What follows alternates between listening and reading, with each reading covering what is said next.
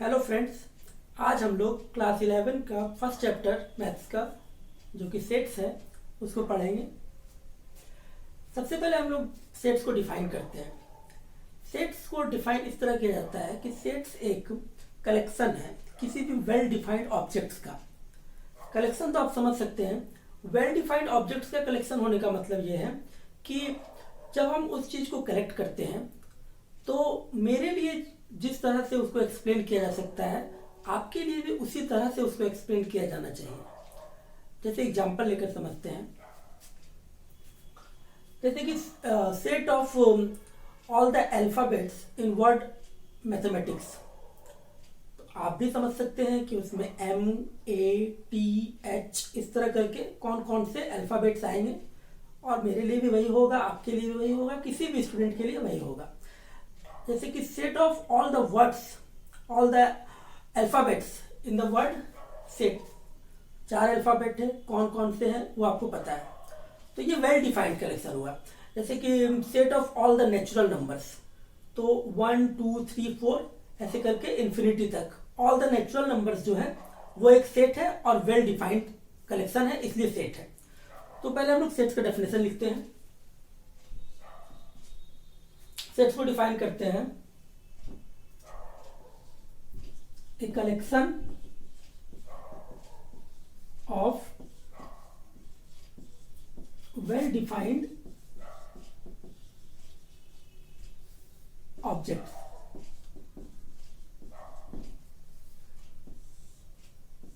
इसमें हम लोग को ध्यान देना है वेल डिफाइंड पे। एग्जांपल्स के साथ देखते हैं। जैसे कि एक सेट लिख रहे हैं A is equal to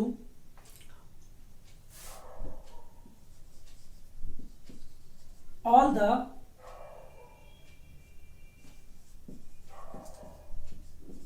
best players of cricket. तो जब क्रिकेट के बेस्ट प्लेयर्स के बारे में बात करते हैं तो वो आपके लिए अलग हो सकता है आपको कोई अलग प्लेयर्स पसंद हो, मुझे कोई अलग प्लेयर्स पसंद हो। तो इस तरह से वो वेल डिफाइंड नहीं हुआ। वेल डिफाइंड अलग हो जा रहा है, मतलब वेल डिफाइंड नहीं हुआ। इसी तरह से अब अगर हम लोग ये लेते हैं कि सेट ऑफ ऑल इंटीजर्स, तो ये आपको पता है कि इंटीजर्स जो है 0 1 2 3 इस तरह से इन्फिनिटी तक जा सकते हैं, या फिर -1 -2 -3 इस तरह से -इन्फिनिटी तक जा सकता है। तो ये हर एक स्टूडेंट जब उसे कहा जाएगा कि सेट ऑफ ऑल इंटीजर्स, तो वो यही सब वर्ड्स को, ये सब नंबर्स को लिखेंगे। तो ये एक वेल डिफाइंड कलेक्शन हुआ, इसलिए ये सेट है। और all the players of best players of cricket वो एक सेट नहीं है, क्योंकि वेल डिफाइंड नहीं है, सबके लिए अलग अलग हो सकता है, ये वेल डिफाइंड है। अब सेट्स को हम लोग लिखते कैसे हैं? सेट्स को हमेशा डिनोट किया जाता है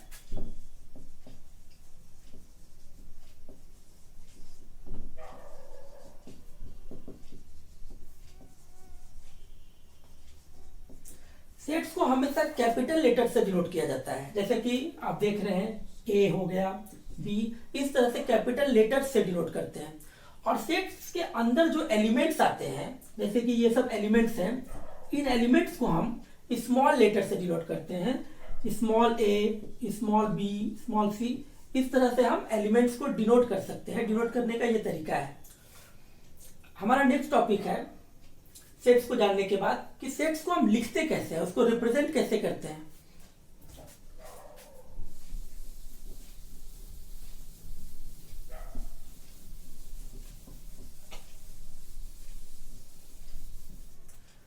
तो नेक्स्ट टॉपिक है रिप्रेजेंटेशन ऑफ सेट्स।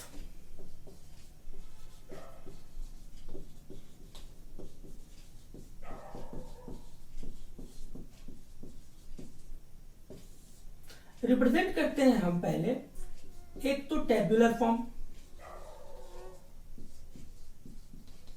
जिसे हम रोस्टर फॉर्म भी बोलते हैं, और दूसरा सेट बिल्डर फॉर्म। ये दो फॉर्म है जिसमें हम सेट्स को लिखते हैं या रिप्रेजेंट करते हैं। पहला है टेबुलर फॉर्म या रोस्टर फॉर्म। जैसा कि नाम से ही पता चल रहा है, इसमें हम लोग सेट्स के जो एलिमेंट्स हैं उनको डायरेक्टली लिखते हैं। जैसे कि अगर एक एग्जांपल लेते हैं, set of all the vowels in English alphabet. तो वॉवेल्स कौन कौन से होते हैं?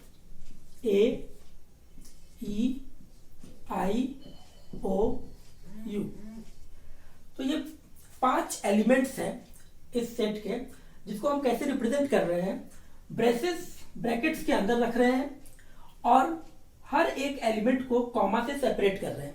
ये तरीका हुआ रिप्रेजेंट करने का टेबुलर फॉर्म या फिर रोस्टर फॉर्म। दूसरा तरीका होता है set builder form. Set builder form में हम क्या करते हैं? सेट बिल्डर फॉर्म को इस तरह याद रखिए,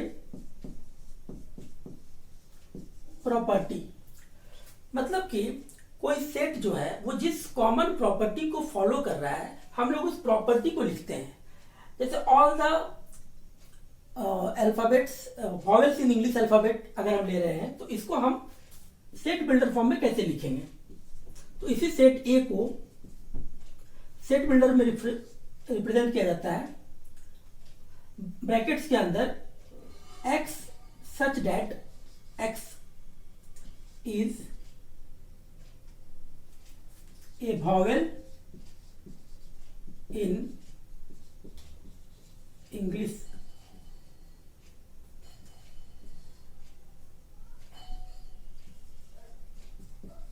अल्फाबेट्स।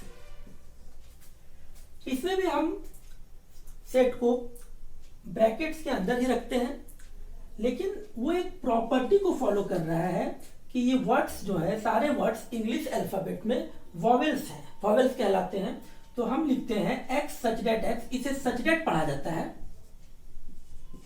सच डेट, क्योंकि हम उसका प्रॉपर्टी को आगे लिखने जा रहे हैं। तो x such that x is a vowel in English alphabet।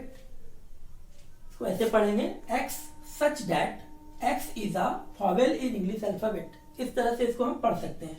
such that, इसको कई बुक्स में ऐसे भी लिखा जाता है, इसे भी आप such that ही पढ़ेंगे। तो x such that is a vowel in English alphabet। ये दो तरीका है सेट्स को रिप्रेजेंट करने का। पहला टेबुलर फॉर्म या रोस्टर फॉर्म, दूसरा set builder form. Tabular form या रोस्टर फॉर्म में जैसा कि आप देख रहे हैं, आप एलिमेंट्स को डायरेक्टली लिखते हैं और कॉमा से सेपरेट करते हैं और ब्रैकेट्स के अंदर रखते हैं। और सेट बिल्डर फॉर्म में x such that x लिख के ब्रैकेट के अंदर में उस प्रॉपर्टी को लिखा जाता है जिस प्रॉपर्टी को एक्चुअली वो सेट फॉलो कर रहा है। और इसे हम रिप्रेजेंट करते हैं, सेट्स को रिप्रेजेंट करते हैं तो कैसे डिनोट करते हैं? कैपिटल लेटर से। कैपिटल लेटर से इंग्लिश अल्फाबेट, उससे ही जनरली डिनोट किया जाता है। ठीक है, तो नेक्स्ट हम लोग अब पढ़ेंगे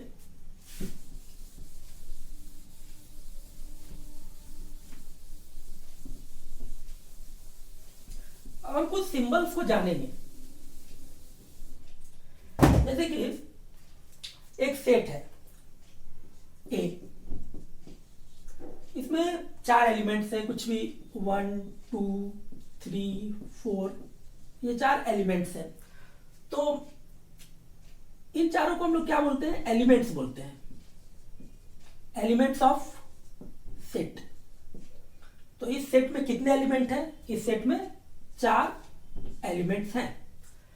और हम लोग इसको ऐसे लिख सकते हैं कि 1 क्या, 1 सेट ए के अंदर है, इसलिए हम लोग उसको लिखते हैं 1 बिलोंग्स टू ए। इसको हम लोग क्या पढ़ते हैं? बिलोंग्स टू, मतलब कि 1 बिलोंग्स टू ए। 1 जो है ए सेट का एक एलिमेंट है, 2 बिलोंग्स टू ए। इस तरह हम इसको डिनोट कर सकते हैं। इन दोनों के बीच में रिलेशन अगर हम स्टेब्लिश करना चाहें कि 2 और ए में क्या रिलेशन है, तो 2 जो है ए का एक एलिमेंट है, यानी कि हम लिख सकते हैं कि 2 बिलोंग्स टू ए। अगर कोई ऐसा हम नंबर लेते हैं जो कि सेट का मेंबर नहीं है या सेट का एलिमेंट नहीं है, तो उसके लिए ऐसा लिखा जाएगा जैसे कि 6 does not belong to a. इसको हम लोग क्या पढ़ते हैं? Does not belong to, 6 does not belong to a. 6 जो है, 6 क्या इसमें है? नहीं है। 6 is not a member of the set A, 6 is not an element of the set A. तो ये डिनोट करने का एक तरीका है कि बिलोंग्स टू और डज नॉट बिलोंग्स टू का क्या मतलब है और हम उसे कब यूज करते हैं और किस तरह यूज करते हैं। इसे एनसीईआरटी में क्वेश्चन रहते हैं।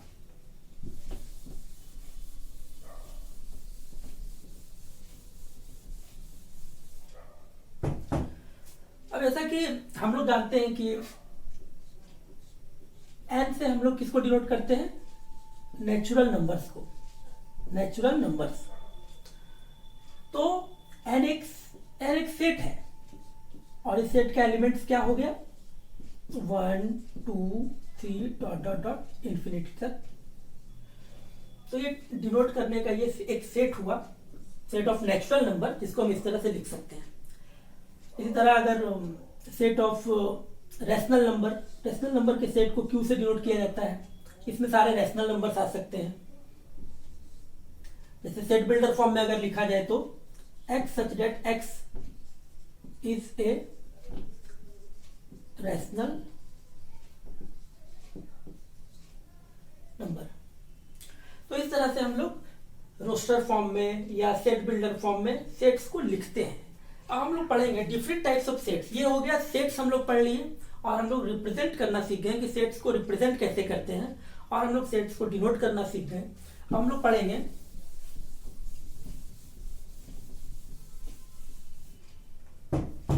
टाइप्स ऑफ सेट्स, कितने प्रकार के सेट्स होते हैं।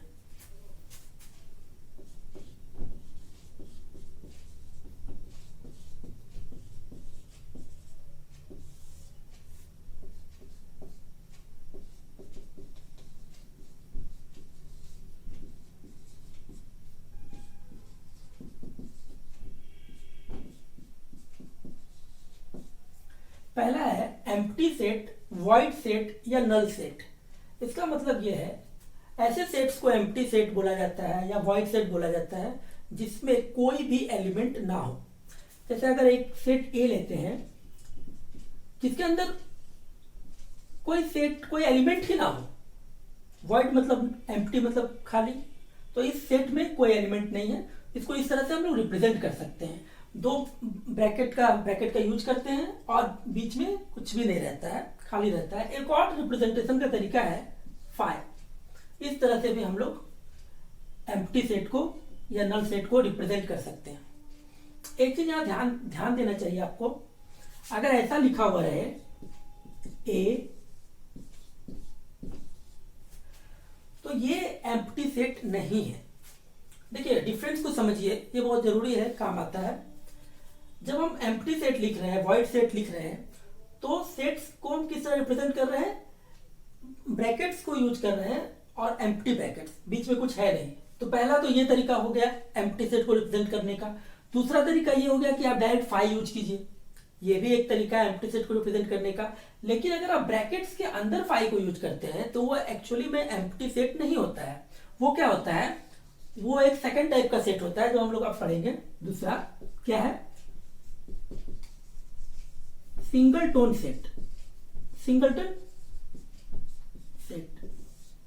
सिंगलटन जैसे सिंगल से ही पता चल रहा है, इसमें वन एलिमेंट होते हैं, एक ही एलिमेंट होता है। तो अगर इस सेट को हम देखते हैं, ए एक सेट है जिसमें एक एलिमेंट है और वो एलिमेंट क्या है? वो एलिमेंट है 5। तो ये एम्प्टी सेट नहीं है, ये एक्चुअली में सिंगलटन सेट है। इसमें एक एलिमेंट है। अगर हम इसमें कह सकते हैं कि 5 बिलोंग्स टू ए। 5 क्या है? ए को बिलोंग करता है, क्योंकि 5 एक एलिमेंट है, एक मेंबर है सेट ए का। लेकिन यहां पे हम नहीं लिख सकते हैं कि 5 बिलोंग्स टू ए। यहां 5 बिलोंग्स टू ए लिखना ये गलत हो जाएगा, क्योंकि इस सेट में कोई भी एलिमेंट नहीं है। तो इस तरह से ये दो टाइप्स हो गए, एम्प्टी सेट, सिंगलटन सेट। इसमें कुछ कंफ्यूजन होता है जो मैंने आपको क्लियर किया।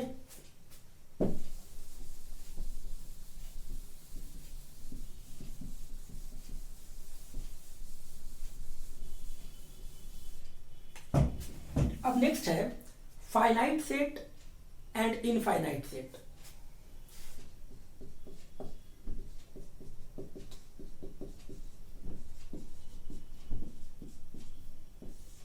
जैसा कि नाम से ही पता चल रहा है कि फाइनाइट सेट ऐसे सेट्स को कहते हैं जिसमें एलिमेंट्स के जो नंबर है वो फिक्स हो, एलिमेंट्स का नंबर फिक्स हो, जैसे कि एक एलिमेंट हो, 2 एलिमेंट हो, 5 एलिमेंट हो, 10 एलिमेंट हो, लेकिन फिक्स हो, इनफाइनाइट ना हो।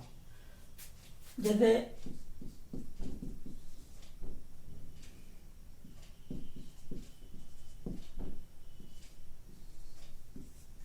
ये एक फाइनाइट सेट है। क्यों? क्योंकि इसमें हमें पता है कि 4 एलिमेंट्स हैं, मतलब हम नंबर ऑफ एलिमेंट्स को काउंट कर सकते हैं। अगर कोई सेट ऐसा है x such that x is equal to x such that x square is equal to 4, ये भी एक सेट है जिसको कि सेट बिल्डर फॉर्म में लिखा गया है x such that x is required is equal to 4। जब हम इसको सॉल्व करेंगे तो x का वैल्यू आएगा ±2, यानी कि जब हम इसे रोस्टर फॉर्म या टेबुलर फॉर्म में लिखेंगे तो कैसे लिखेंगे, a इज इक्वल टू -2, +2। इस सेट में 2 एलिमेंट है। नंबर ऑफ एलिमेंट्स कितने हैं? नंबर ऑफ एलिमेंट्स 2, एक है -1 -2 और एक है +2। तो ये एक फाइनाइट सेट का एग्जांपल हुआ। Finite, number of elements is finite. एक और इंटरेस्टिंग बात है कि अगर कोई एम्प्टी सेट है, एम्प्टी सेट, तो वो भी फाइनाइट ही होता है, वो इनफाइनाइट के कैटेगरी में नहीं जाएगा। फाइनाइट इसलिए क्योंकि हमें पता है कि उसमें नंबर ऑफ एलिमेंट्स कितने हैं, 0, कोई भी एलिमेंट नहीं है, तो वो फाइनाइट सेट है। तो नेक्स्ट है वो है infinite set.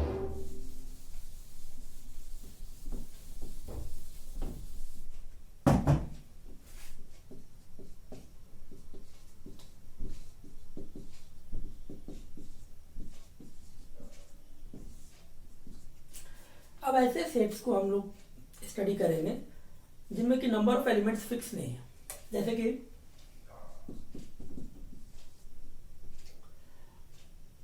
x such that x is a natural number। Actually कि नेचुरल नंबर हम जानते हैं 1 से स्टार्ट होता है, 1 2 3, लेकिन ये खत्म कहाँ होगा ये हमें पता नहीं है, तो इसलिए इसे हम कहते हैं infinite set. Number of elements is not fixed, हमें नंबर ऑफ एलिमेंट्स पता नहीं है।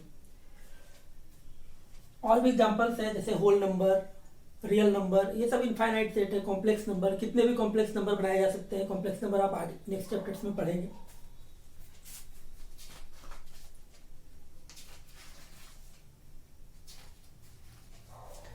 अब हम लोग देखेंगे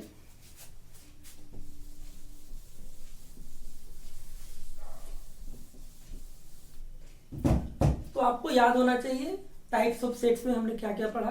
एम्प्टी सेट, जिसको वॉइड सेट भी कहते हैं या नल सेट भी कहते हैं, जिसमें नंबर ऑफ एलिमेंट्स 0 होता है, कोई भी एलिमेंट नहीं होता है उसको हम लोग एम्प्टी ब्रैकेट से या फिर फाइ से डिनोट करते हैं। उसके बाद है सिंगलटन सेट, जिसमें नंबर ऑफ एलिमेंट्स 1 होता है।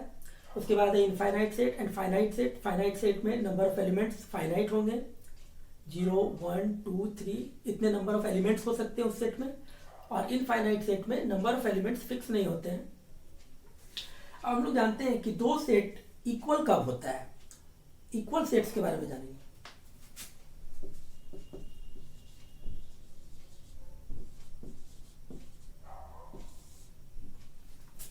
देखिए 2 सेट है कोई भी, ए और बी,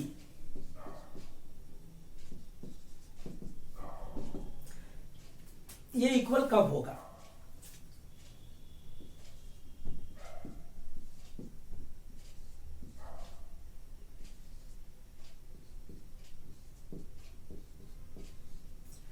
ये 2 सेट इक्वल नहीं है। इक्वल इसलिए नहीं है क्योंकि इक्वल होने का कंडीशन ये है कि जो एलिमेंट्स सेट ए में होने चाहिए वो एलिमेंट्स सेट बी में भी होने चाहिए।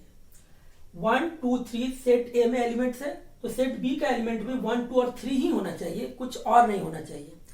अच्छा, अगर ऐसा रहता बी का सेट, बी का एलिमेंट्स 1 2 3 4, तब भी इक्वल नहीं है, क्योंकि हालांकि 1 2 3 बी सेट में है, लेकिन इसमें एक एक्स्ट्रा एलिमेंट है 4, तो ये इक्वल सेट नहीं हो सकता। इक्वल सेट होने के लिए नंबर ऑफ एलिमेंट्स इक्वल होने चाहिए, और उसके साथ साथ ईच एंड एवरी एलिमेंट भी इक्वल होना चाहिए, सेम एलिमेंट्स होना चाहिए।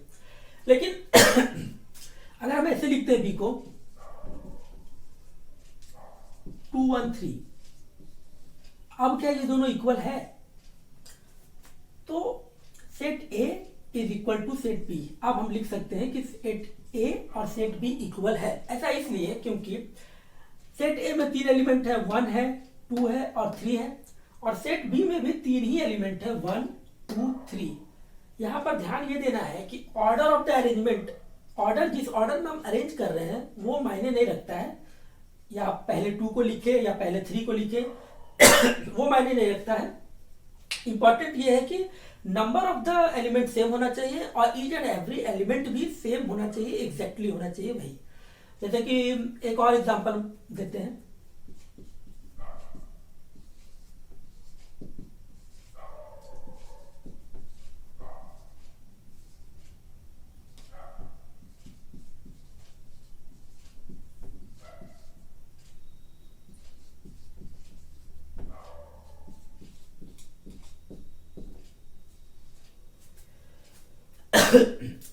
एक सेट है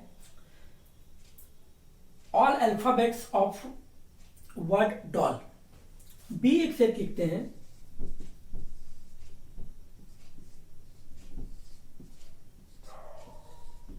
क्या ये दोनों सेट इक्वल सेट है?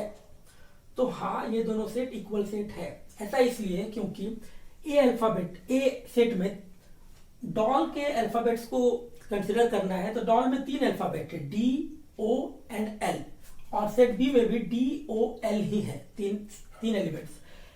हमें क्या करना है, जब हम सेट को इस फॉर्म में लिखते हैं, सेट बिल्डर फॉर्म से रोस्टर फॉर्म में लिखते हैं, तो जो अल्फाबेट्स रिपीट हो रहे हैं या कोई भी एलिमेंट अगर रिपीट हो रहा है तो उसका कोई मतलब इंपॉर्टेंस नहीं रह जाता है। यहाँ पर सेट में उसको दो बार लिखा नहीं जाता है, इसलिए ये दोनों सेट इक्वल है।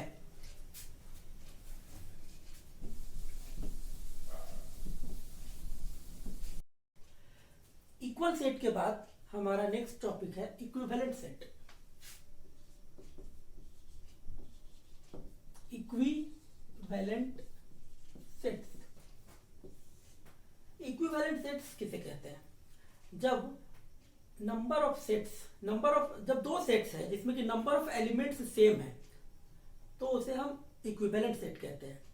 ये इक्वल सेट से थोड़ा अलग होता है। इक्वल सेट में नंबर ऑफ एलिमेंट्स भी सेम होने चाहिए और ईच एंड एवरी एलिमेंट भी एग्जैक्टली सेम होना चाहिए।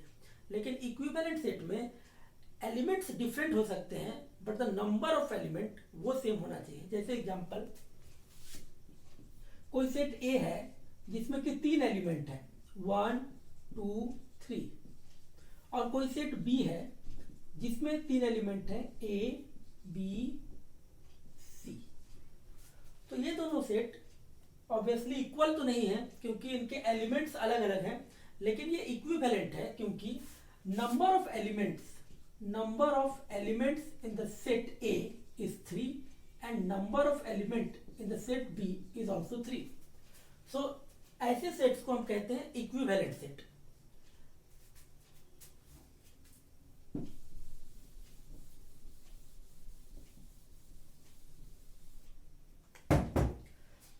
अब हम लोग चलते हैं इक्वल सेट, ये सबसेट्स पे। सबसेट्स क्या होता है?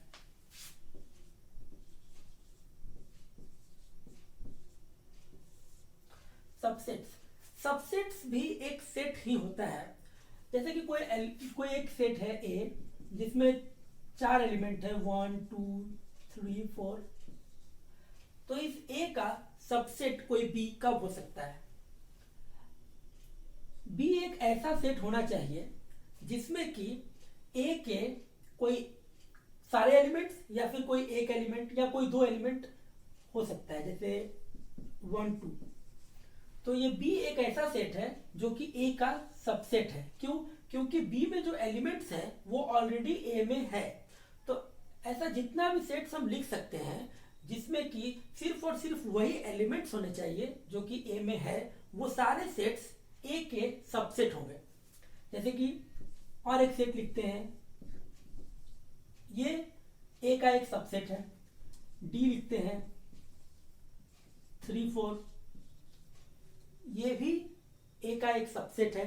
या फिर कोई ऐसा एलिमेंट, ऐसा सेट लिखते हैं 1 2 3 4, ये भी ए का एक सबसेट है, क्योंकि ई में भी 4 एलिमेंट्स हैं और वही 4 एलिमेंट्स हैं जो कि ए में है। तो ए इज अ सबसेट ऑफ ए। तो इस तरह से हम लोग ए का बहुत सारा सबसेट लिख सकते हैं। कोई भी ऐसा सेट होगा, कोई भी ऐसा सेट होगा जिसमें कि वही एलिमेंट्स होंगे जो कि ए में है, तो हम कह सकते हैं कि F is a subset of a. और इसे हम डिनोट कैसे करते हैं? सबसेट को हम डिनोट करते हैं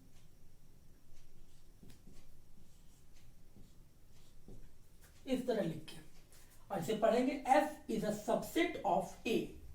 F is a subset of a. जैसे इसको B को लिख सकते हैं, B is a subset of a. B a का एक सबसेट है।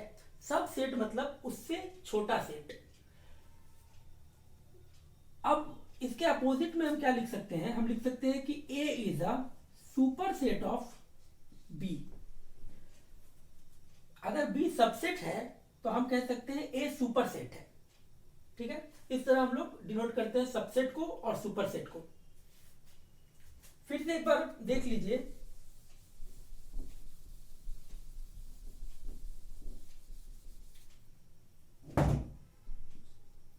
क्लियरली समझ लीजिए कि B is a subset of A। तो हम ऐसे लिखेंगे B is a subset of A। और हम लिख सकते हैं A is a super set of B। A is a super set of B। ये दोनों में से कुछ भी अगर लिखा रहे तो उसका मीनिंग सेम ही है। इसका मीनिंग यही है कि A एक सबसेट है, एक सेट है जिसका B सबसेट है। और यहां हम पढ़ सकते हैं A is a super set of B। उसका भी यही मीनिंग होता है कि B जो है A का सबसेट है, या ऐसा भी बोल सकते हैं कि A B का सुपर सेट है। तो सबसेट और सुपर सेट में यही रिलेशन है। जो मेन सेट होगा, जो बड़ा वाला सेट होगा, वो होगा सुपर सेट, और उससे जो छोटे छोटे सेट्स निकलेंगे वो होंगे सबसेट। सबसेट और सुपर सेट का यही कॉन्सेप्ट है। उसके बाद क्या होता है,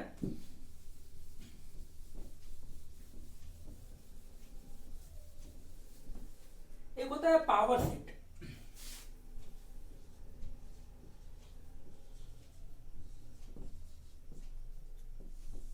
पावर सेट ये क्या होता है? जैसे हम एक सेट लिखते हैं A, इसमें 3 एलिमेंट्स हैं 1 to 5। तो इस A सेट का कितना कितना सबसेट बन सकता है? जैसे इसका एक सबसेट बन सकता है 1, एक सबसेट बन सकता है 3, एक सबसेट बन सकता है 5, एक सबसेट बन सकता है 1 3।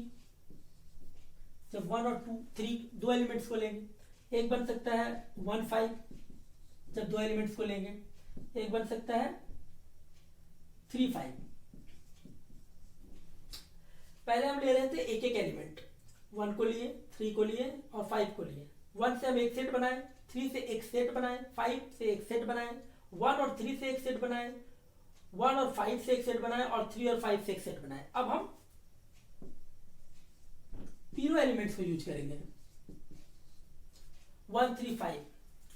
तो क्या आप ऐसा कोई सेट सोच सकते हैं जो और बन सकता है इसी सेट के एलिमेंट्स को यूज करके? तो ऐसा कोई सेट नहीं बन सकता है। 1 2 3 4 5 6 7 इतने सबसेट्स हुए। एक जो बहुत ही फंडामेंटल प्रॉपर्टी है सबसेट का, वो ये है कि फाई, आप जानते हैं फाई क्या है? फाई एम्प्टी सेट है, नल सेट है, नल सेट। तो फाई जो होता है वो किसी भी सेट का सबसेट होता है।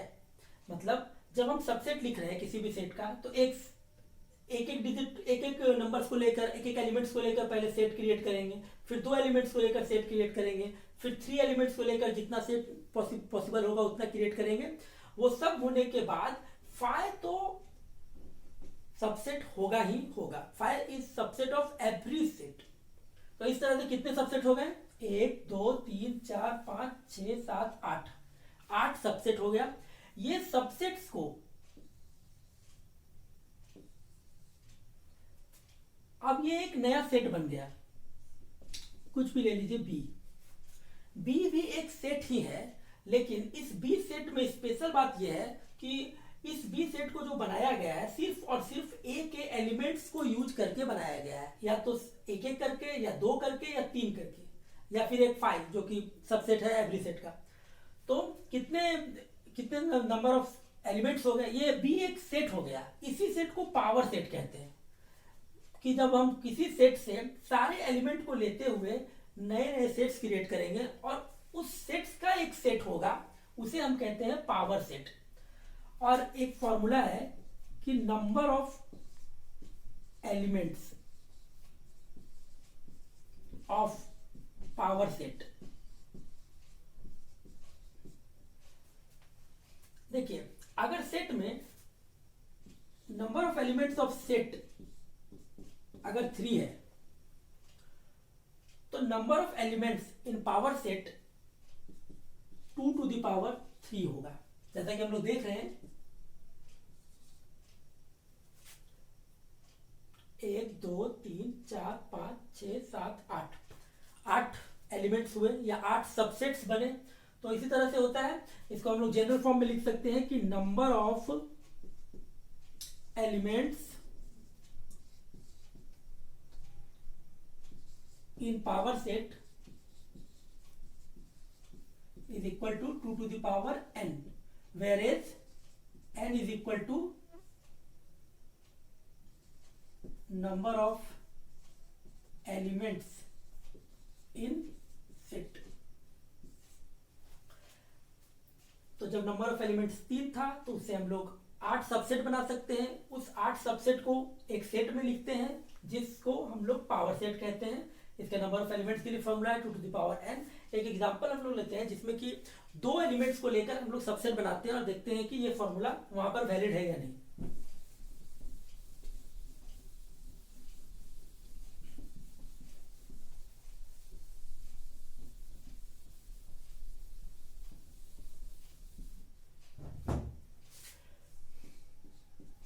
एक सेट है जिसमें 2 एलिमेंट्स हैं A and B.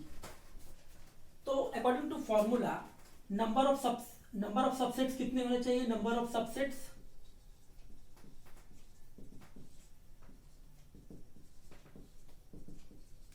Number of subset 4 होना चाहिए। तो हम लोग सबसेट क्रिएट करते हैं। जैसे एक सेट हो गया 5 सबसेट ऑफ एवरी सेट।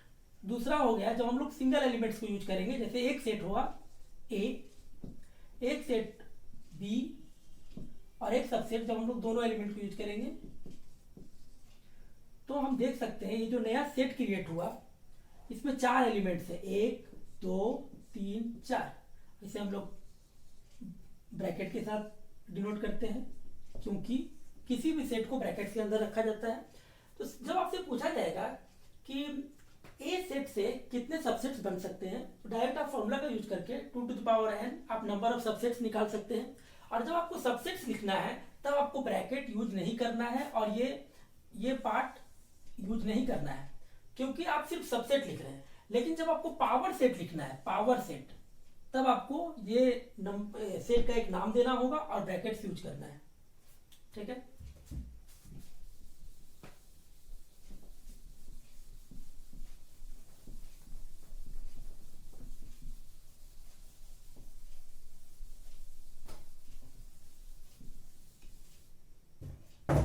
अब कुछ एग्जांपल के साथ हम लोग समझते हैं।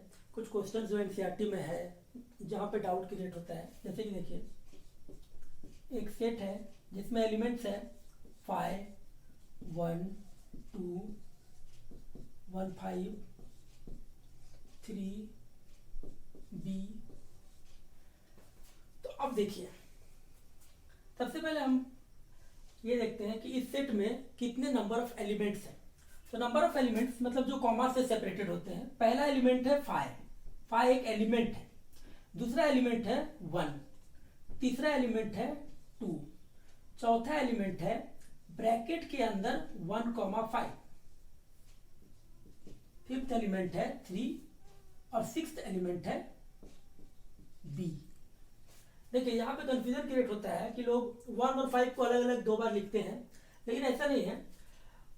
एलिमेंट्स तो कॉमा से सेपरेटेड होते हैं, पहला कॉमा से ये एलिमेंट है, दूसरा कॉमा के पहले ये एलिमेंट है, तीसरा कॉमा के पहले ये एलिमेंट है। उसी तरह इस कॉमा के पहले ये एक एलिमेंट है, ये एक एलिमेंट है, 1,5 ब्रैकेट के अंदर ये एक एलिमेंट है। आप ऐसा बोल सकते हैं कि 1 बिलोंग्स टू ए। उसी तरह आप बोल सकते, क्योंकि ये 1 जो है एक एलिमेंट है, उसी तरह आप लिख सकते हैं कि 5 बिलोंग्स टू ए, क्योंकि 5 जो है एक एलिमेंट है। यहां पर हम 5 को नल सेट या एम्प्टी सेट की तरह नहीं सोच सकते हैं, यहां पर हम 5 को सिर्फ एक एलिमेंट की तरह सोच रहे हैं, एक एलिमेंट की तरह ट्रीट कर रहे हैं। फिर आप ऐसा कह सकते हैं कि ब्रैकेट्स के अंदर 1,5 बिलोंग्स टू ए। देखिए इसको आप अलग अलग नहीं लिख सकते हैं कि 5 बिलोंग्स टू ए, ऐसा लिखना गलत होगा। 5 ए से बिलोंग नहीं करता है, क्योंकि 1,5 ब्रैकेट के अंदर ये होल जो है सेट ए का एक एलिमेंट है। फिर आप लिख सकते हैं B belongs to set A. तो ये कुछ कंफ्यूजिंग टर्म्स है जो आप समझ सकते हैं एग्जांपल से।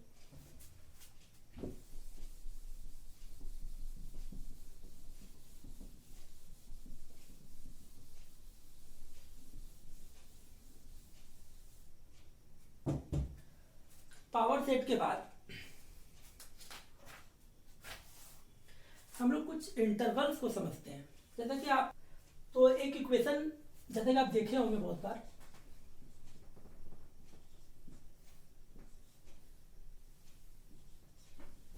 x is greater than 1 and smaller than 5, तो हम x का क्या क्या वैल्यू निकाल सकते हैं। तो x का वैल्यू होगा, अगर natural number where x belongs to natural number, जहां x नेचुरल नंबर है, तो 1 और 5 के बीच में कौन कौन सा नेचुरल नंबर है। 1 और 5 के बीच में 2 एक नेचुरल नंबर है, 3 एक नेचुरल नंबर है और 4 एक नेचुरल नंबर है। इस तरह से होता है ऑपरेशन। या अगर ऐसा हो सकता है,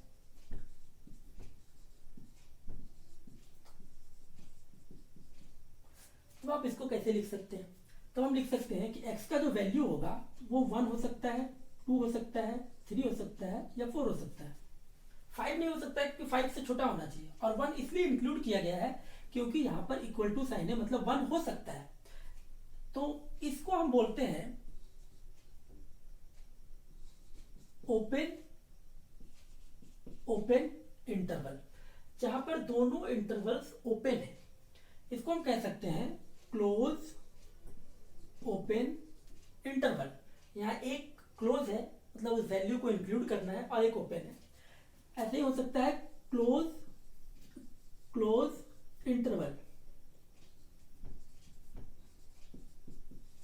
जहां आपको 1 को भी इंक्लूड करना है वैल्यूज में और 5 को भी इंक्लूड करना है, क्योंकि दोनों के नीचे इक्वल टू का साइन है। तो x का वैल्यू होगा 1 2 3 4 5। लेकिन ये जब x belongs to natural number होगा, लेकिन सेट्स चैप्टर में या आगे हम लोगों को ऐसा केसेस मिलेगा, ट्रिग्नोमेट्री चैप्टर में हम लोगों को ऐसा पढ़ना होगा, जब x belongs to natural number नहीं होगा, x belongs to real number होगा। तो वैसे केसेस में आप रियल नंबर 1 और 5 के बीच में बहुत सारे रियल नंबर हो सकते हैं, आप उसको इस तरह कॉमा से सेपरेट करके नहीं लिख सकते हैं। उस चीज को पढ़ने के लिए, उस चीज को समझने के लिए इंटरवल्स बनाया गया, और इंटरवल्स का कुछ डिनोट करने का सिंबल है, वो हम लोग जानना चाहते हैं। तो देखिए पहला हुआ ओपन ओपन इंटरवल। अब आप लोग समझ चुके हैं कि हम लोग इंटरवल क्यों पढ़ रहे हैं। इंटरवल पढ़ने का ये कारण है कि हम लोग नेचुरल नंबर्स में डील नहीं करने वाले हैं, हम लोग रियल नंबर्स में डील करने वाले हैं। और रियल नंबर में 1 और 5 के बीच में 1.2 भी होता है, 1.7 भी होता है, 1.112, मतलब आप सोच भी नहीं सकते, बहुत सारे नंबर होते हैं। तो उसको हम लिख के कॉमा से सेपरेट करके तो नहीं डिनोट कर सकते हैं, इसलिए हम लोग इंटरवल पढ़ते हैं। तो ठीक है, इंटरवल में देखिए क्या है। इंटरवल जब हम लोग पढ़ रहे हैं तो आप समझ लीजिए x belongs to real number, x belongs to real number. बार बार मैं डिनोट नहीं करूंगा, आप समझ सकते हैं। इंटरवल पढ़ रहे हैं मतलब x belongs to real number. तो एक ऐसा है कि अगर x b से छोटा है और a से बड़ा है, जब x का वैल्यू a से बड़ा है और b से छोटा है, और ओपन ओपन इसलिए बोला जा रहा है क्योंकि a के वैल्यू को इंक्लूड नहीं करना है। देखिए यहाँ इक्वल टू का साइन नहीं है, a के वैल्यू को इंक्लूड नहीं करना है, a के बाद के वैल्यूज को इंक्लूड करना है, और b के पहले के वैल्यूज को इंक्लूड करना है, b को भी इंक्लूड नहीं करना है। तो ग्राफ में अगर हम दिखाते हैं तो हम ऐसा कह सकते हैं कि अगर यहाँ पर a है, यहाँ पर b है, तो x का वैल्यू जो होगा वो यहां से यहां तक होगा, लेकिन a को इंक्लूड नहीं किया जाए और b को इंक्लूड नहीं किया जाए। जिस चीज को इंक्लूड नहीं करना है उसको ऐसे हॉलो सर्कल से हम लोग डिनोट कर सकते हैं। ठीक है, आप समझ रहे हैं, मतलब x का जो वैल्यू होगा a से b तक होगा, लेकिन a नहीं होगा और b नहीं होगा। अगर इसकी जगह आप नंबर रखते हैं इस तरह से, तो x का जो वैल्यू होगा वो 6 से ज्यादा होगा, 10 से कम होगा, लेकिन x का वैल्यू कभी 6 या 10 नहीं हो सकता है, उसके बीच में हो सकता है, क्योंकि यहाँ पे हॉलो सर्कल हम लोग यूज किए, यहाँ इक्वल टू का साइन नहीं है। इस तरह के बैक इंटरवल को कहते हैं ओपन ओपन इंटरवल। ये पहला हो गया, और इसको लिखा ऐसे जाता है x belongs to a comma b,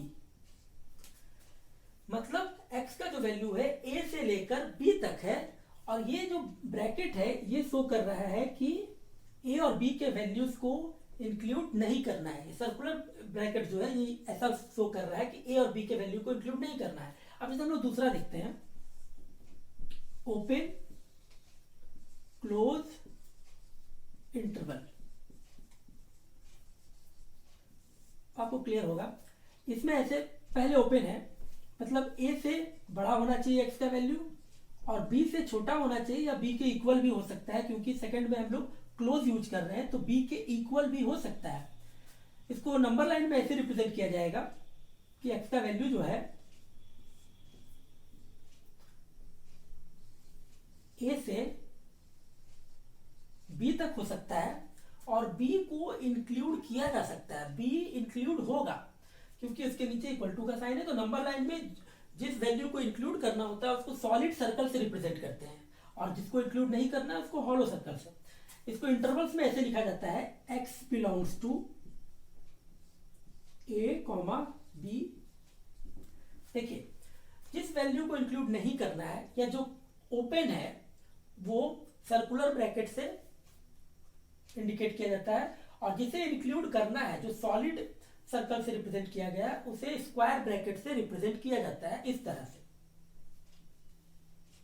मतलब उस वैल्यू को इंक्लूड करना है। इसी तरह तीसरा क्या हो सकता है, तीसरा हो सकता है closed open interval. Closed open intervals, इसमें क्या होगा,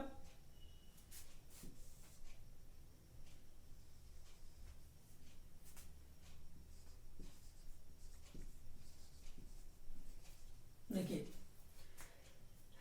a x का वैल्यू a से बड़ा होना चाहिए या a भी हो सकता है, देखिए यहाँ इक्वल टू का साइन है, और b से छोटा होना चाहिए। तो पहले क्लोज है यानी कि इक्वल टू का साइन को ऐड किया जाएगा, और फिर ओपन है यानी इक्वल टू का साइन नहीं रहेगा। यहाँ नंबर लाइन में रिप्रेजेंट करेंगे तब x का वैल्यू a से b तक होगा, जहां a को इंक्लूड करेंगे इसलिए उसको सॉलिड सर्कल से रिप्रेजेंट किया गया है, b को इंक्लूड नहीं करेंगे इसलिए उसको हॉलो सर्कल से रिप्रेजेंट किया गया है। और इसको लिखेंगे इस तरह से कि x belongs to square bracket a curve bracket b। Fourth जो होगा वो होगा क्लोज्ड क्लोज्ड। जब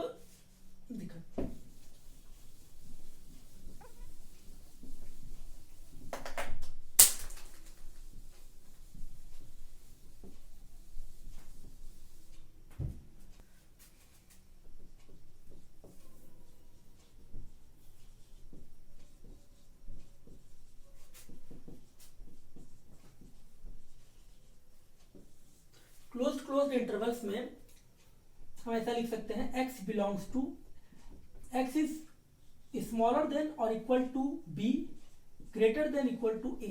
देखिए यहाँ पे दोनों साइड इक्वल टू सिंबल का यूज किया गया है, तो x का वैल्यू नंबर लाइन में ऐसे होगा x a से b तक हो सकता है including the values a and b। Solid circle represent including the values a and b, और इसको इंटरवल्स में लिख सकते हैं x belongs to square bracket a square bracket b। ये सिंबलाइज करता है कि दोनों वैल्यूज को इंक्लूड किया जाएगा। तो इस तरह 4 इंटरवल होता है जो हम लोग देख रहे हैं। और एक इंपॉर्टेंट पॉइंट ये है कि आपको ये याद रखना है कि x के जो वैल्यूज है a और b के बीच में वो रियल नंबर वैल्यूज है। जैसा कि हम पहले डिस्कस किए कि अगर वो नेचुरल नंबर वैल्यूज होते हैं तो इंटरवल्स का कोई यूज नहीं होता।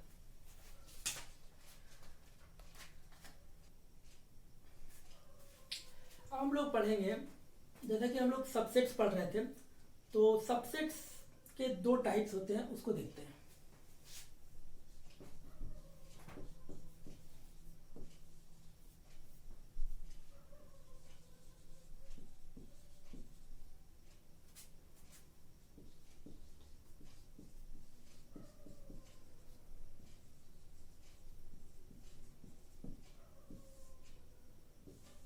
सबसेट्स के 2 टाइप्स हैं, प्रॉपर सबसेट और इम्प्रॉपर सबसेट। जैसे एक सेट है A, इसमें एलिमेंट्स हैं 1 2 3, तो हम जानते हैं कि इस A सेट के कितने सारे सबसेट्स बन सकते हैं।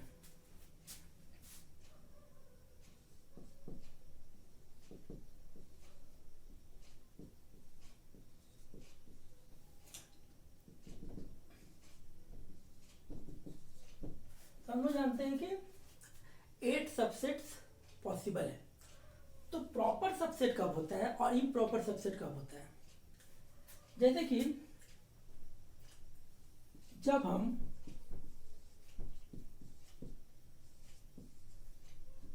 ए सेट के सभी एलिमेंट्स को लेकर एक नया सेट बनाएंगे तो वो होता है इम्प्रॉपर सबसेट। और बाकी जो सबसेट्स बनते हैं जैसे कि 5 1, जब एक एलिमेंट को लिया जाता है, जब 2 एलिमेंट्स को लिया जाता है, ये सब आते हैं प्रॉपर सबसेट के कैटेगरी में। लेकिन जब सबसेट और सेट इक्वल हो जाए, नंबर ऑफ एलिमेंट्स और सब कुछ इक्वल हो जाए, तो वैसा सबसेट को हम लोग कहते हैं इम्प्रॉपर सबसेट। मतलब एक सबसेट 8 में से एक सबसेट ऐसा होता है जो इम्प्रॉपर सबसेट कहलाता है। नेक्स्ट टॉपिक है यूनिवर्सल सेट।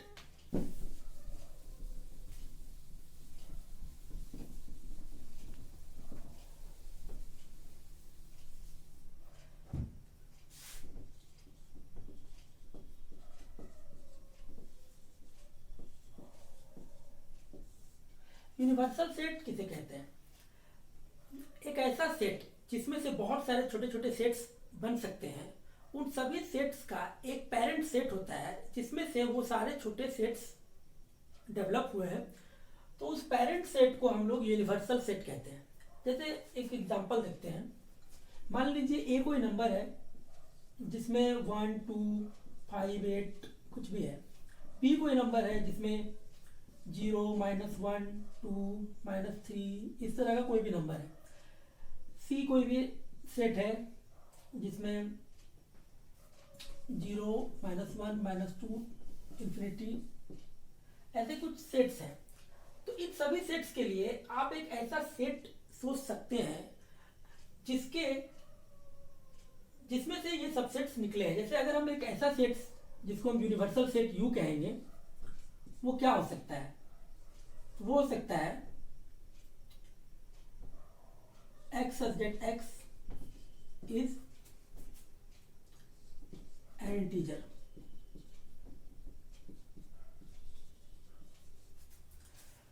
तो इंटीजर्स में क्या क्या आ जाएंगे?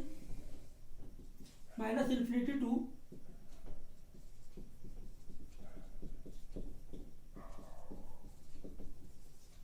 -∞ टू +∞ तक सारे एलिमेंट्स जो कि इंटीजर है वो सब कुछ आ सकता है।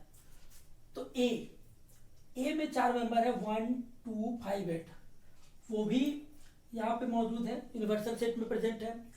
बी सेट में जो एलिमेंट्स है वो भी यूनिवर्सल सेट में मौजूद है। सी सेट में जो एलिमेंट्स है वो भी यूनिवर्सल सेट में मौजूद है। तो ऐसे सेट को हम यूनिवर्सल सेट कह सकते हैं जिसमें से सारे छोटे छोटे सेट्स निकले हैं, इसे हम यूनिवर्सल सेट कहते हैं। एक और एग्जांपल देखिए,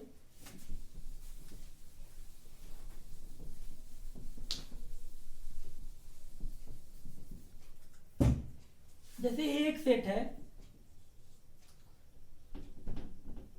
set of odd numbers, B एक सेट है, सेट ऑफ इवन नंबर्स। तो आप इसका यूनिवर्सल सेट क्या सोच सकते हैं? तो U is set of positive odd number, positive even number, set of all natural numbers.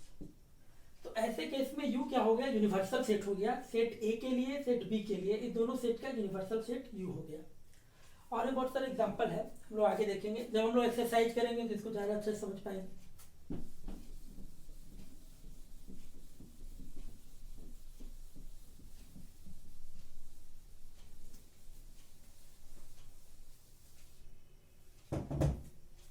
Next topic है वेन डायग्राम।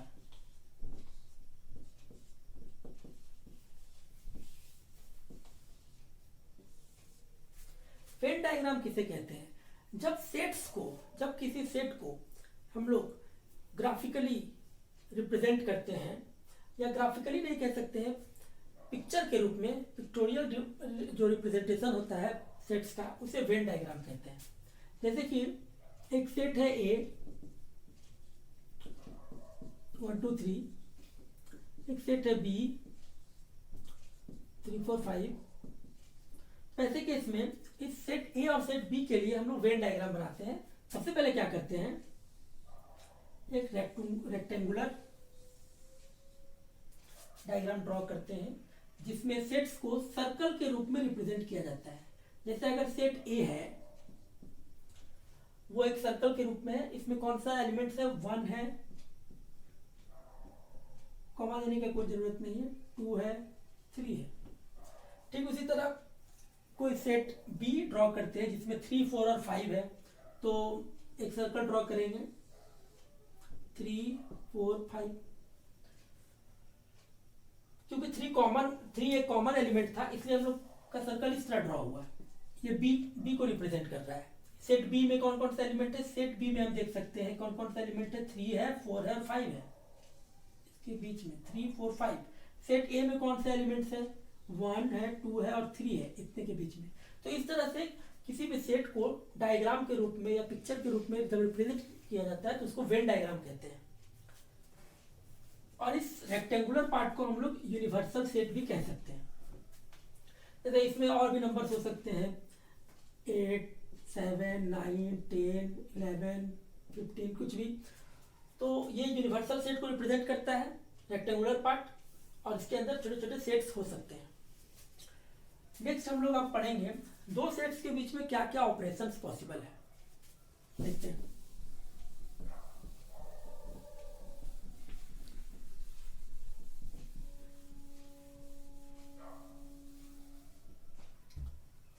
अब हम लोग वेन डायग्राम भी समझ चुके हैं, तो इसलिए हम लोग ऑपरेशंस में चलते हैं।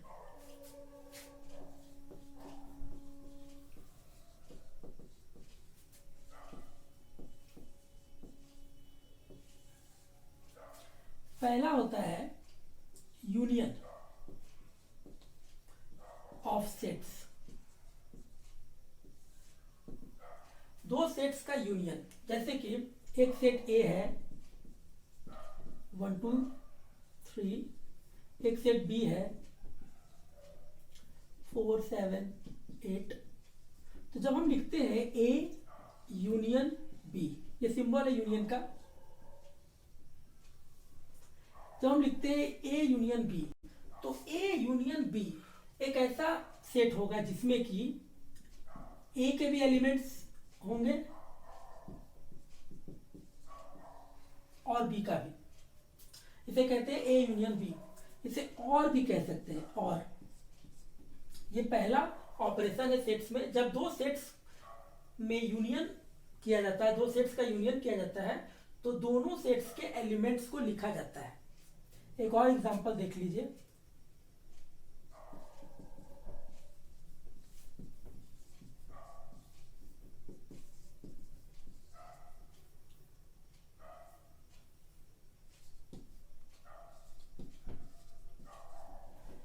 दो सेट है, पहले सेट के एलिमेंट्स है ए बी सी, दूसरा सेट का एलिमेंट है ए डी एफ।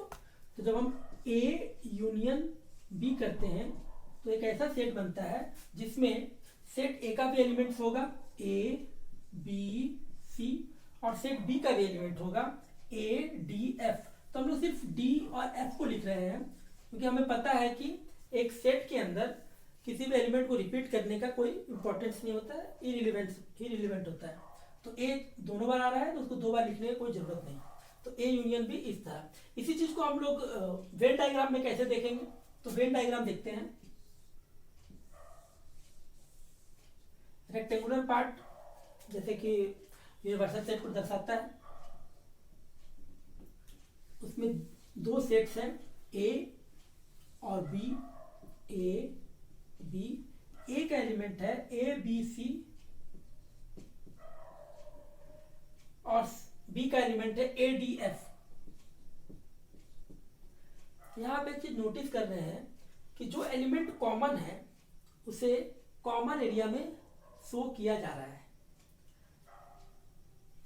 ए का एलिमेंट है ए बी और सी, तो ए सर्कल के अंदर तीनों एलिमेंट को तो रखा गया है, लेकिन जो कॉमन एलिमेंट है जैसे कि ए दोनों सेट्स में कॉमन एलिमेंट है तो उसे कॉमन पॉइंट में ही रखा जा रहा है, जो पॉइंट ए सर्कल के भी अंदर आता है और बी सर्कल के भी अंदर आता है। और ओवरऑल हम ऐसे लिख सकते हैं ए यूनियन बी को इस तरह रिप्रेजेंट कर सकते हैं, ये ए यूनियन बी को दर्शाता है। नेक्स्ट है ए इंटरसेक्शन बी। जब हम इंटरसेक्शन करते हैं इसको देखते हैं।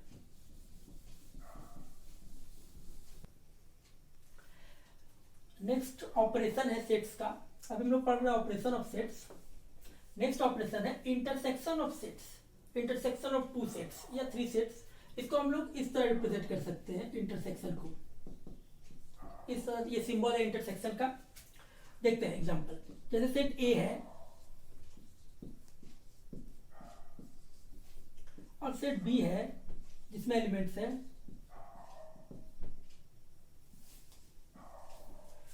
तो जब हम सेट में इंटरसेक्शन करते हैं तो इंटरसेक्शन करने इसको हम लोग एंड लिख सकते हैं। जैसे कि हम लोग यूनियन को और लिखे थे, और मतलब दोनों के एलिमेंट्स को लेना है। इंटरसेक्शन में हम लोग एंड लिखते हैं। एंड मतलब ऐसे एलिमेंट्स को लेना है जो सेट ए में भी मौजूद हो और सेट बी में भी मौजूद हो। इंटरसेक्शन में एंड लेते हैं, दोनों में मौजूद हो ऐसे एलिमेंट्स को लेते हैं।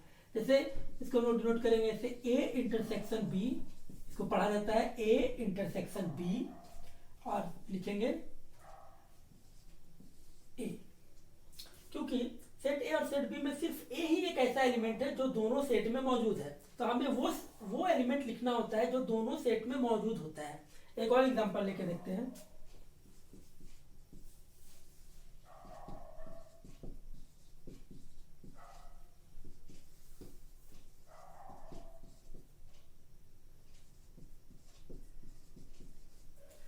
यहाँ एक सेट है ए जिसमें एलिमेंट्स है 1 5 8 9। एक सेट है बी जिसमें एलिमेंट्स है 1 2 3 4 5।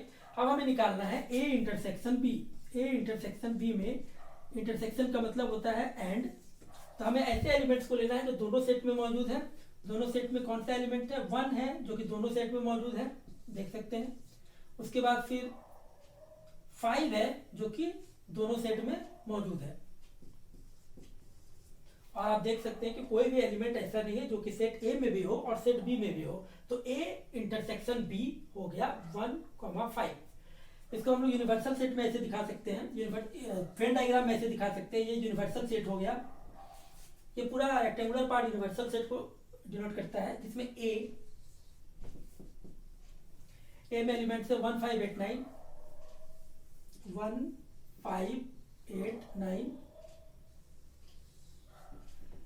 ये हो गया सेट बी।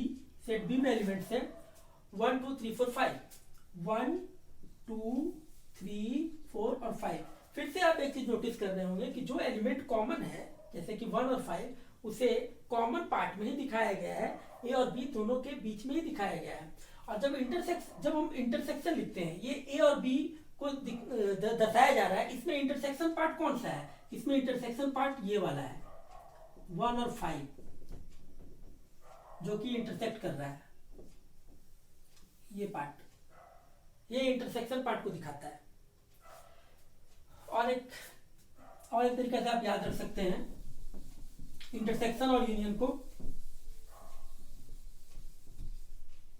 वेन डायग्राम में ए यूनियन बी को हम लोग वेन डायग्राम में ऐसे दिखा सकते हैं।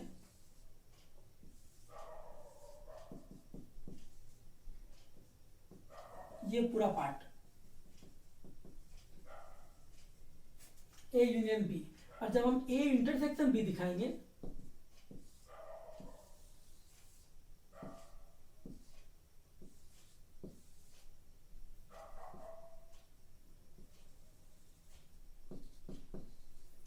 सिर्फ ये common part, A union B में ए और बी के सारे एलिमेंट्स को लिया जाता है, और ए इंटरसेक्शन बी में ए और बी में जो कॉमन पार्ट होता है उस एलिमेंट्स को लिया जाता है।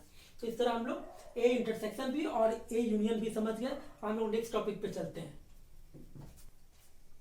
नेक्स्ट टॉपिक है ऑपरेशन ऑफ सेट्स में। नेक्स्ट टॉपिक है difference of sets. Difference of sets को हम लोग इस तरह रिप्रेजेंट कर सकते हैं ए माइनस बी, या फिर बी माइनस ए। एक्चुअली ये दोनों इक्वल नहीं है, दोनों सेम नहीं है। मतलब सेट्स में डिफरेंस हम लोग ऐसे निकाल सकते हैं, या तो ए माइनस बी निकाल सकते हैं या बी माइनस ए निकाल सकते हैं। जब हम ए माइनस बी निकालते हैं इसका मतलब क्या होता है? इसका मतलब ये होता है कि हमें ऐसे एलिमेंट्स को लिखना है, वो एलिमेंट जो कि बिलोंग करता है ए को, लेकिन वो element does not belong to B. मतलब हमें ए के सारे एलिमेंट्स को लिखना है, लेकिन ऐसे किसी एलिमेंट को नहीं लिखना है जो कि बी का एलिमेंट हो। यूनिवर्सल ये वेन डायग्राम में हम लोग देखते हैं। ये कॉन्सेप्ट वेन डायग्राम में ज्यादा आसानी से क्लियर होगा। जैसे ये ए है, ये बी है, और हमें निकालना है a minus b. We have to find a minus b. तो क्या होगा? तो देखिए, हम ए के एलिमेंट्स को तो लिख सकते हैं, लेकिन बी के एलिमेंट्स को नहीं लिख सकते। ए के एलिमेंट्स को लिखने का मतलब है कि हम ये एलिमेंट्स लिख सकते हैं, और बी के एलिमेंट्स को नहीं लिखने का मतलब है कि ये तो नहीं लिख सकते हैं, साथ ही साथ ये पार्ट भी हम नहीं लिख सकते हैं, कॉमन पार्ट भी नहीं लिख सकते हैं, क्योंकि वो तो बी का एलिमेंट है। इसलिए एक्चुअली में डिफरेंस ऑफ सेट का जो वेन डायग्राम बनेगा वो ऐसा बनेगा। मतलब हमें ए के एलिमेंट्स को लिखना है जो कि बी में भी ना हो। एग्जाम्पल लेकर देखते हैं।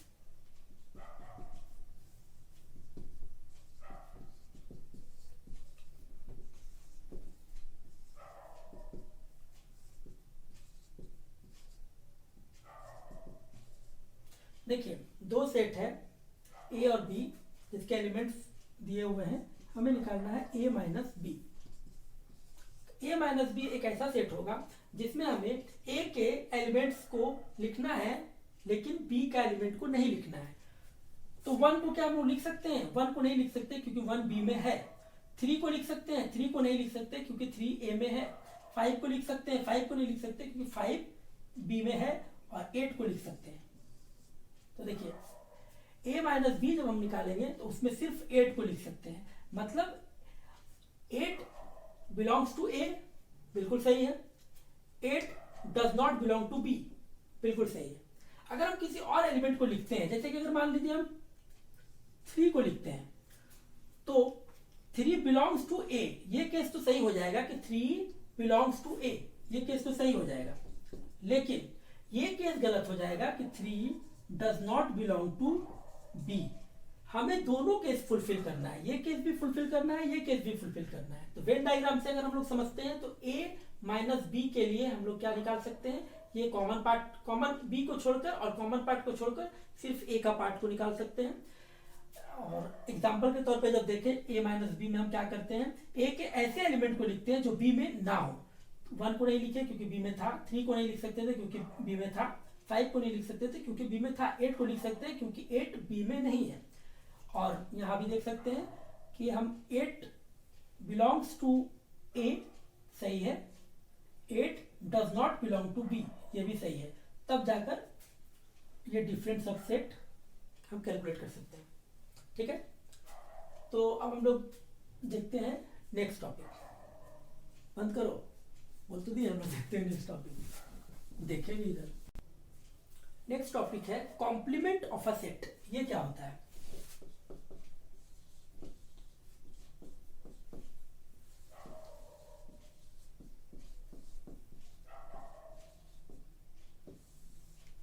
Complement of a set, complement of set को हम लोग डिनोट करते हैं ए डैश से।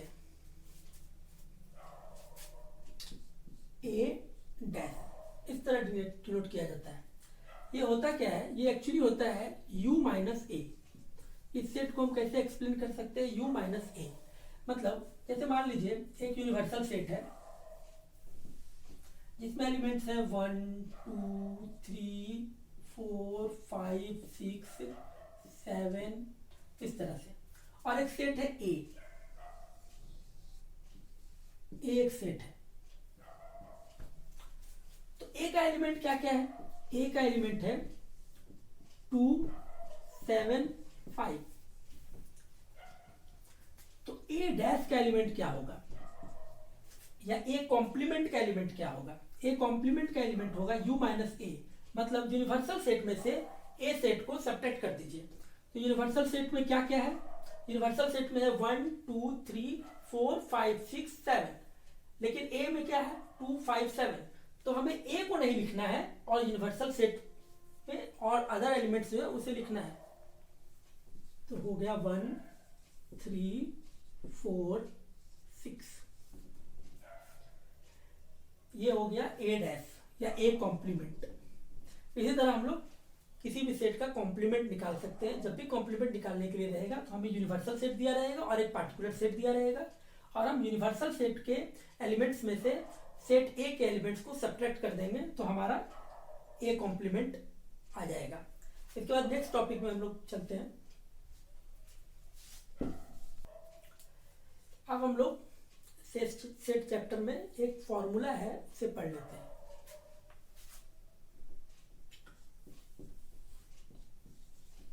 जैसे दो सेट्स हैं ए और बी। सेट ए में कुछ एलिमेंट्स हैं, उसे number of elements in set A कहते हैं। सेट बी में जो एलिमेंट्स हैं, number of elements in B, उसे एन बी से डिनोट करते हैं। Number of elements in set A union B, A union B में भी कुछ नंबर ऑफ एलिमेंट्स है। Number of elements in A intersection B, A intersection B में भी कुछ नंबर ऑफ एलिमेंट्स है। इन चारों नंबर्स को एक फॉर्मूला में हम लोग लिख सकते हैं, और वो है N A union B is equal to number of elements in A plus number of elements in B minus number of elements in A intersection B. ये फॉर्मूला हमें न्यूमेरिकल्स को सॉल्व करने में हेल्प करेगा। इसमें क्या कर रहे हैं हम लोग? Number of elements in A union B is equal to number of elements in set A, number of elements in set B minus number of elements in set A intersection B. इस formula के आधार पे हम लोग एक question solve करते हैं तो फिर इजी हो जाएगा। ठीक है, तो हम लोग देख रहे हैं कि ये जो फॉर्मूला अभी हम लोग देखे हैं उसे एग्जांपल के साथ समझते हैं। जैसे एक सेट है ए जिसमें 3 एलिमेंट है 1 2 5, एक सेट बी है जिसमें 3 एलिमेंट है 2 3 5। तो अब हम लोग निकाल सकते हैं ए यूनियन बी निकाल सकते हैं। ए यूनियन बी में क्या होता है? हमें ऐसे एलिमेंट्स को लिखना होता है जो कि दोनों सेट्स में मौजूद है, जैसे 1 2 3 5।